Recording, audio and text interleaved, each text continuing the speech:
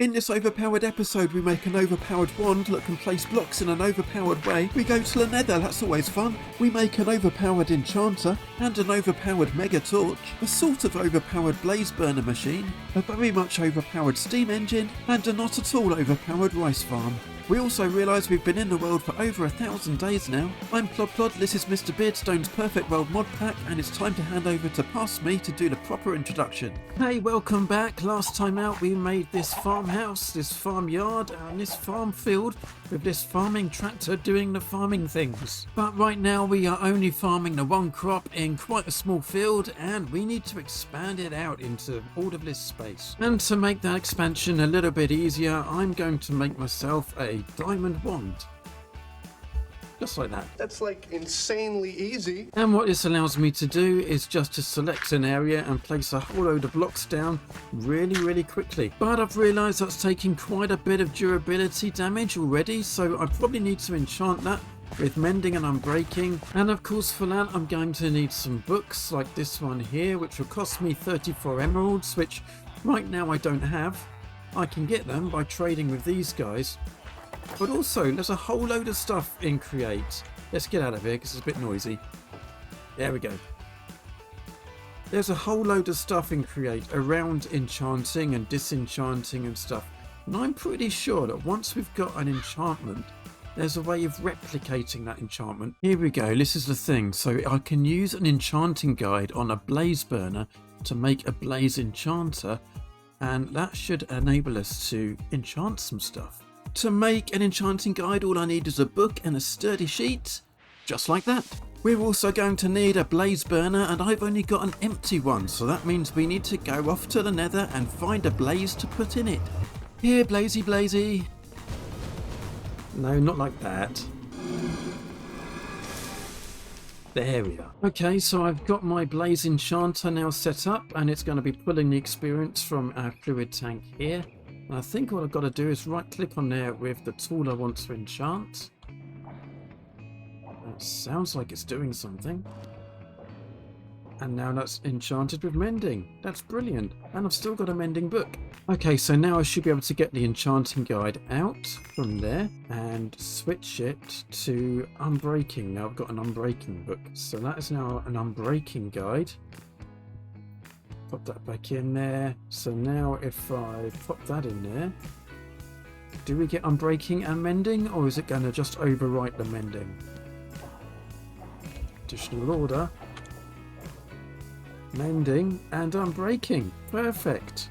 So now I can get back to placing more dirt. I'm back at base to repair my tools, and this wandering trader here has appeared. Erwin is offering me a mangrove propagule, which we don't have any of, so yes please Erwin, I would very much like one of those. Don't wander off. Thanks, just the one should do. Oh, let's get another one just to be safe. Thank you Erwin, your work here is done. For tool repair, I've just put in this little shower here so I can put the tool in my offhand. In this case I want to repair my sword. Just spin the wheel, and there we go, one fully repaired sword. And I've also made sure that I can stand on the disenchanter to put my levels back into the tank. And meanwhile, the zombies are still having a wonderful time in there, giving us all the experience to put in there. So this is great, I'm really loving this setup. The only thing I can't enchant with this is actually the super glue. So if I try and right click on it, then obviously it's going to try and stick it together, which is not what I want. And if I shift and right click, it doesn't do anything at all. So I can't seem to get my super glue into the blaze enchanter. I might be able to do it with some belts and things. Maybe that's what I need to try. But for now, I mean, we've got plenty of slime anyway, so it's not as if I need to worry about super glue being mending and unbreaking and all those things. Enough mucking about over there though, I've got a farm to expand. So now I've got a much bigger field. I've been hard at work making all this stuff and ploughing it and getting the water sources in the right place and all that kind of thing. But now I've got a bit of a decision to make, because my original intention was to have a field for each crop with a separate tractor harvesting each of them, and that way I could keep everything separate when we got to the storage. But actually, I'm not entirely sure I want to do that, because we can easily separate things in the storage with the storage drawers and so on. And we know that things grow a little bit faster, certainly in Java Edition, if the crops are in lines of alternate crops and things like that. So, and it might just be easier if we use one big field instead of lots of little fields. So I'm going to plant this bit of a field up with some more wheat. Then I'm going to do a row of tomatoes next to some cabbage. Chuck in some carrots. Oh, we might eat some on the way. Why not? Good old potatoes. And some tasty onions. We'll even chuck in some beetroot, although actually I don't have much of that. So with the field all planted up, the next thing I need to do is get down underneath it and reroute the tractor so that it's going to harvest the entire thing. And getting underneath it is pretty straightforward because, well, we haven't done the landscaping yet, so we can just go under here. So having created lots more tracks and placed them all down, I think I've got a way that should harvest pretty much the entire field. And of course the only way to check that out is to give the chicken a schedule and see what happens. Well, it turns out the tractor was missing quite a bit, and that's mainly because it was skipping some of the tracks. So I've put down some more stations and put them in order and added them to the schedule just to make sure it goes everywhere we want it to go. But now we've got another problem, and that's that the tractor doesn't have enough storage to collect all of the crops. And we're going to solve our storage problem on that tractor by adding some barrels, but why not make the barrels fancy barrels? I didn't even realise we could do this.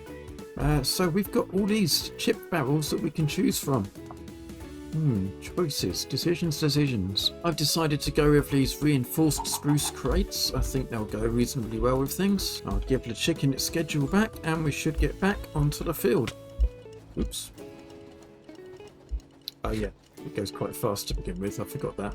And just looking at our shipping container, we can see that all the wheat that we'd collected has once again disappeared. So we definitely need to do something about these disappearing items. So a big thank you to Succarella, or Succarella, I'm not quite sure how it's pronounced, but thank you anyway for pointing out that Foxy No Tail had exactly the same problem with these shipping containers with disappearing items. And if I swap this out for a proper storage cargo vault, an item vault, in other words, don't know why I put all those extra words in, then that should solve the problem. The last little issue I had to solve was with this little strip of wheat in the middle here, where actually there wasn't a track that was harvesting it. So I've just made the tractor wobble backwards and forwards along this way. It looks a little bit strange, but you know, it does the trick. That's the main thing, right?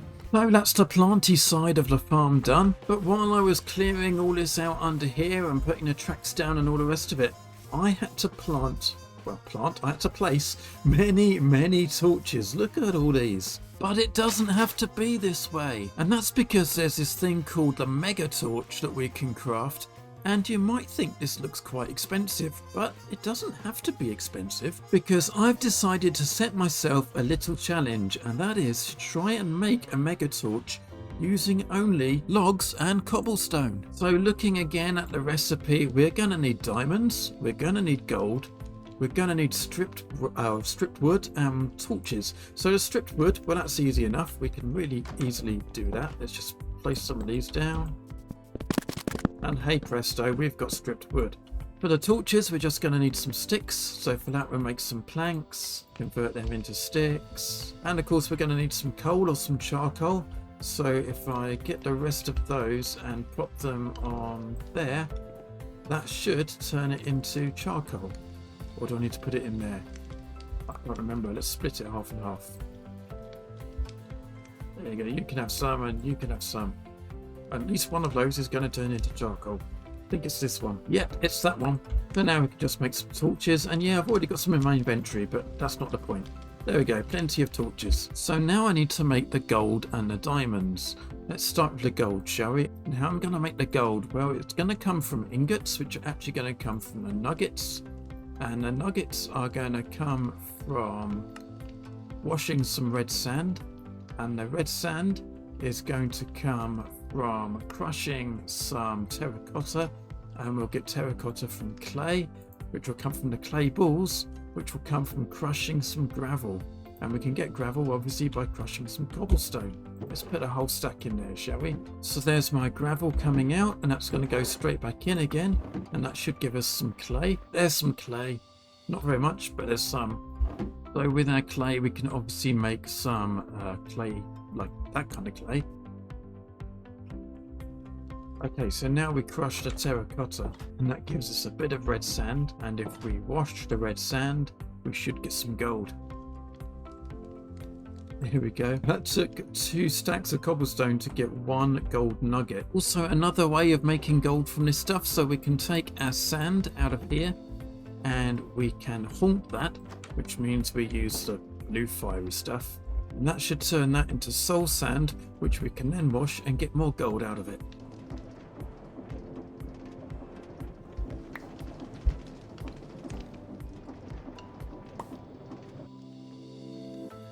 There we are, gold. So that's my long-winded way of making gold from cobblestone. But what about those diamonds? Well, for that we're going to need some charcoal, so we can put some of our logs under the lava here. Then what we can do is we can turn that charcoal into coal, and turn that coal into blocks. Then if I swap out our depot here for a basin, a bowl, whatever it is, basin, that's the one, and I pop some lava into that basin and then drop my block of coal in. There you go, it gets crushed into a diamond. But while I've proven the principle, it's going to take absolutely ages to get the gold I need for that. So yeah, I'm going to cheat. Of course I am. Got plenty of gold, and then that should be enough to make our mega torch.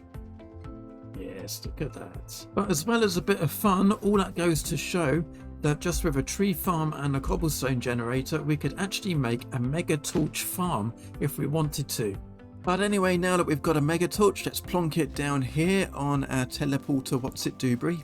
And with the sun going down, I could stay here all night long and no hostile mobs would spawn. Now you might be tempted to think that we are done with our crop farm with our tractor and all the crops in the big field, but you'd be wrong. And that's because we are not harvesting rice, or melons, or pumpkins. Now rice wants to be planted in a block of water, so that's why I've created this massive pool here. But that raises the question of how I'm going to harvest it, and for that I want to use a gantry, for no other reason that I haven't used one yet before. So a gantry is basically the straight line linear version of one of these spinny round jobbies. And just like the spinny round jobbies, they are going to need power to work. And in the last episode, when we were first making our farm area, I said I wasn't going to use water wheels. So as an alternative, we could use wind power like the villagers do. But I mean, villagers, look how silly they are. I don't want to be like them. So that means it's time for me to enter the steam age. For that we are going to need a source of heat, like those ones there, and a source of water. Oh look. So a cog on there and a handle on it just to get some water going into our machine to begin with. Well, it's not a machine yet, it's just a tank. And we get an advancement because we're collecting some water, yay. So now I should just be able to put a steam engine on there. And I need to click on that with a shaft, which I don't have. Shaft crisis averted. It's not turning round. And it doesn't seem to matter how much I crank this handle to put water in here. As soon as I stop cranking it, the thing just doesn't seem to have enough power to stay self-sufficient to pump its own water into the tank. And I've tried it with 1 steam engine on here and with 2, and it seems to make no difference. It just kind of goes into passive mode and idle mode and basically literally runs out of steam. Maybe steam engines aren't for me at the moment, although if I were to replace these campfires with blaze burners, that might help, but I don't have any empty blaze burners or any blazes to put in them to make them proper blaze burners. And as that's a recurring problem, maybe it's about time I do something about it. So what I'm going to do is I'm going to head to the nether, and instead of trying to find blazes, I'm going to try and find a blaze spawner and bring it back. First though, Threader has arrived, and Threader has sea pickles and pointed dripstone, and actually drip leaves. I'd like all of those things, please. All of them, all of them.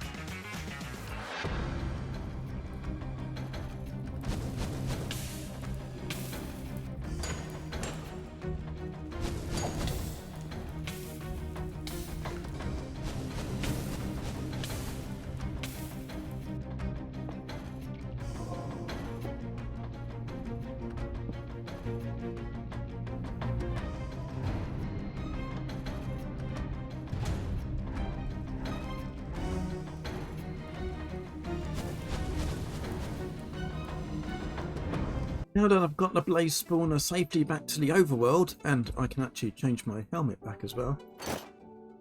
There we go. Yeah, now that it's back here, I've been having a little think about what I want to do with it, because I've got 3 criteria that it needs to meet. One is that I don't want blazes spawning absolutely everywhere and ruining my base. 2 is that I actually want to get some blaze rods out of it, so it needs to be in a farm that will do that. And 3 is that I want to get my blaze burners populated, if that's the right word, with the blazes when we need to. And I want to do that safely so that I don't have to kind of venture into the mob farm in order to do it.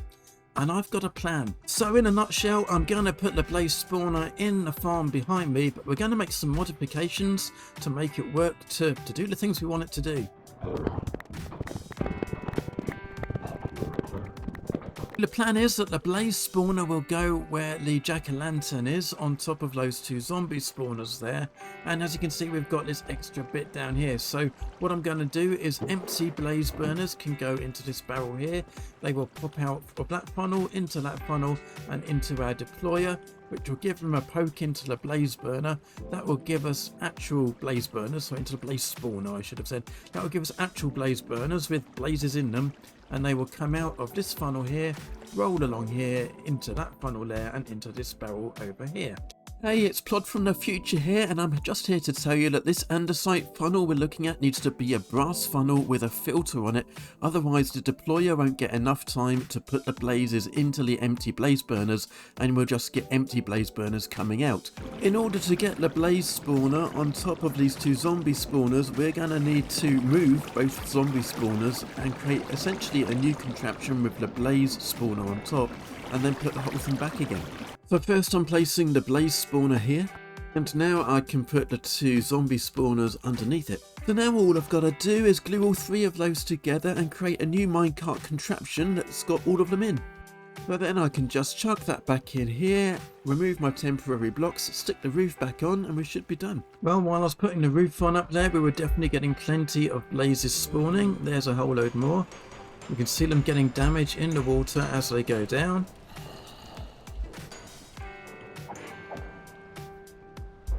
And yeah, when they reach down here, pretty much one hit kills. As we saw, they're not lasting long at all, which is perfect. There is only one problem, and that's that I completely forgot to power the deployer. For a finishing touch, I've decided to bring the full blaze burners out here and bring them back round to where I'm standing by the input barrel. So let's just put another couple in, shall we?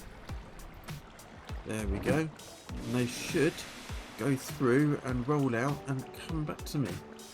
There's 1, 2. Excellent. So now that I've got my blaze burners, I can swap out these campfires under here to get a better fuel source going in to our steam engine. But actually, I've been having second thoughts. So I had made a deal with myself that I wouldn't use any water wheels in this area, and I decided it was time to have a renegotiation. So I said, what if I do allow myself some water wheels in this area? And I said, no, can't have any water wheels in this area. And I said, but hold on, just listen to me for a second. No water wheels in this area. Oh, but hold on, if I am allowed some water wheels in this area, I could then swap out all the water wheels I've got in the other areas for proper steam engines. So you mean no water wheels in the other areas? Yes, that's what I mean. Water wheels here and not in the other areas. Okay, that's a deal. So there you are. I've got to deal with myself. It's that easy. So basically, I'm going to get rid of the steam engine from here, mainly because if I do put the blaze burners in here, then I'm going to need a fuel source to keep it going all the time, and I don't want to bother with that here. It's the wrong place for it. But over in the industrial area and back at my home base, that's a far more appropriate area for those kind of things. And those are the places where I'm going to need a lot more power than I'm going to need here. So the steam engine just for this farm would be overpowered. So therefore a water wheel would be far more appropriate for this particular thing. So back here on the home island, I have got all of these water wheels powering all these things to keep the mob farm going. All of these water wheels which are just powering the lift that goes down to the station. All of these water wheels, look at this, it's ridiculous, many water wheels. We're gonna need a source of fuel for our blaze burners that will be powering our steam engines, and that's what this lava tank is gonna be used for, but I need to fill it up because it's pretty empty at the moment. And I can go to the nether and fill up my buckets and bring them back, but that's quite time consuming. And of course, there's a better way. So basically, with the tank upgrade for a backpack, I can turn the storage into a backpack into fluid storage. I don't really know how it's going to work, but I'll try it and find out. Well, I think we're also going to want a pump upgrade, which is going to be the thing that pumps the fluids between the tank upgrades and the other blocks. And after a lot of fiddling around trying to get the pump upgrade to work, I ended up putting an advanced pump upgrade on the backpack as well, and now it's filling up with lava, which is great. So with a whole load of lava transferred into my fluid tank, I could start the steam engine by placing down some newly filled blaze burners, and I connected those up to the fluid tank using these pipes. And although the pumping of the lava will eventually be done by the steam engine itself, for now I hooked that up to the existing power supply from the water wheels. Then I built up the fluid tank on top, and then I stole that pipe in order to take it to the ocean to fill up the whole tank with water. Then I realised that was too far away, so I made an infinite water source a bit nearer. That was enough to get the steam engine going, so we switched the power source for those pumps to the steam engine itself, and it was producing more than enough stress units to power my entire workshop, and that meant I could dismantle all the water wheels that had been powering it before. I extended the power underground so that it could reach our lift, which was a little bit janky because I had to go all the way around the lift shaft in order to do it. Then I took a long time building a dry tunnel through the water underneath the reclaimed bits of the island to the mob farm, where again I'd managed to get rid of all the water wheels and make the whole power supply look a lot neater. I even used the steam engine to power the contraption unloader and the crafting wall, which didn't even have power before. With our island all steam powered, now we're allowed to use water wheels in the rice farm. So something like this should do the trick. We've got the water wheel in here spinning around, connected to a speed controller, and that will set this thing spinning, and that should then move this gantry carriage along with these harvesters attached. These things, by the way, are just barrels, they're just decorated ones. And at the far end we've got a portable storage interface which will take items out of there and pop them into that barrel there. Hopefully if I flip this lever everything should work. Oh yeah, I said it to go really slow. Let's speed it up a little bit.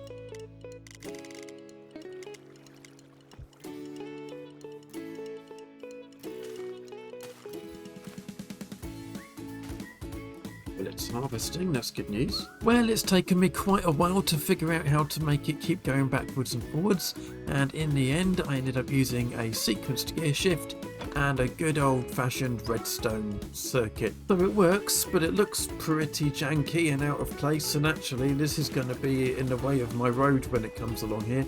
So I do need to reconfigure it a little bit and maybe move more of it down underground so there's less of the mechanical stuff visible. But at least we've got a working concept going on here. So what's next? Well, the answer to that is over this way. Oh, I forgot I was going to fly then. Behind the house. Here, there it is. So I've started a mumpkin and pelon farm. That's what this is. Yes, all the mumpkins and the pelons, we like them. Yeah, there's pumpkins on this side and melons over here, or maybe it's the other way around. I don't really know, but yeah, and I've put them out in lines like this so that they should grow along these grassy bits here. I know that normally you would make like a crosshatch kind of design with a pumpkin and melon farm. I really can't say it properly now. But yeah, I've gone to make it in lines so that that'll be a lot easier for us to harvest with a gantry or a minecart contraption or an extended piston. We haven't played with those yet. But also I'm conscious I've got no flax. That's something that you can grow. It's a farmer's delight thing, and I don't have any of it in my big vast field over here, and I really want to get some. And as you can see, all this is finished growing. It's all nice and ripe for harvesting, but it's not being harvested because my storage is now full. So I now need to work out actually what I'm going to do with all this stuff. By the way, during the making of the rice farm, we flipped over the 1,000 day mark. So we've been going over 1,000 days in this world now, and that means we need to make a movie about it. So watch out for that coming soon. And as well as all that, I want to explore infinite lava sources for our shiny new steam engine at our home island, and also to put a steam engine in our industrial district, and a bit of shiny clever transport between the two of them. So lots and lots to do, but in this episode, no time to do it. So it's all going to have to wait for next time. And yeah, I might try and clean up that good old rice farm over there and make it look a little bit better between episodes. Will I actually get that done between episodes, or will that be the first thing I do next episode? Well, you'll have to tune in and find out, won't you? Bye!